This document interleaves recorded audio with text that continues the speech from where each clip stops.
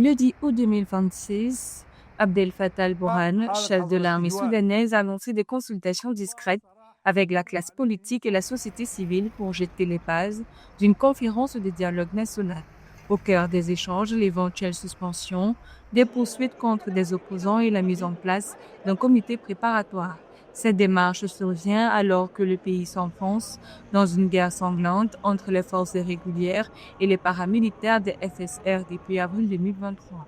Malgré l'urgence, la médiation du quintet se heurte toujours à l'intransigeance des belligérants.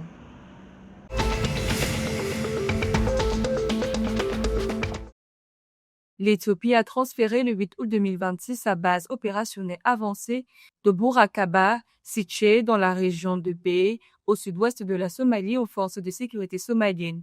Occupée par les troupes éthiopiennes depuis 2014, la base est désormais sous le contrôle de la 60e division de l'armée nationale somalienne, dans le cadre du transfert progressif des responsabilités sécuritaires aux forces nationales.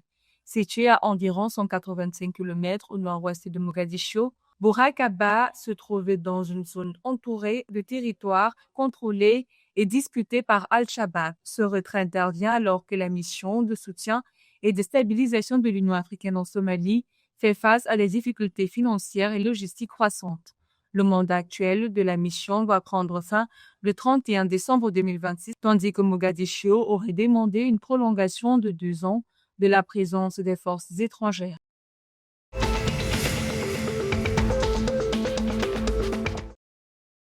Nouveau jalon dans l'intégration énergétique est-africaine. La Tanzanie et l'Ouganda ont paraphé le 11 août 2026 un accord avec Vitol, Bahreïn, pour l'édification d'un hub pétrolier à Tonga. Ce projet colossal pourrait drainer plus de 20 milliards de dollars d'investissement.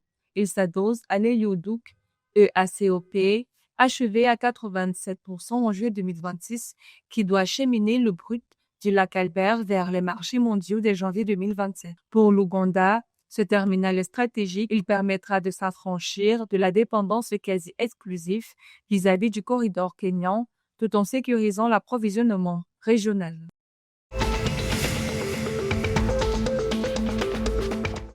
La Tanzanie accélère sa mue technologique. Le ministre Juma Omera a dévoilé le 11 août 2026 une refonte du cadre légal visant à encadrer l'intelligence artificielle à l'économie numérique. Commerce électronique, transactions financières et partenariats publics-privés sont au menu de cette réforme destinée à sécuriser les investissements étrangers.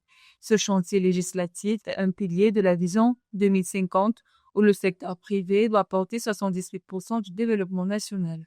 Au-delà des lois, la Tanzanie mise sur un renforcement massif des compétences locales pour transformer l'innovation technologique en levier de croissance inclusive.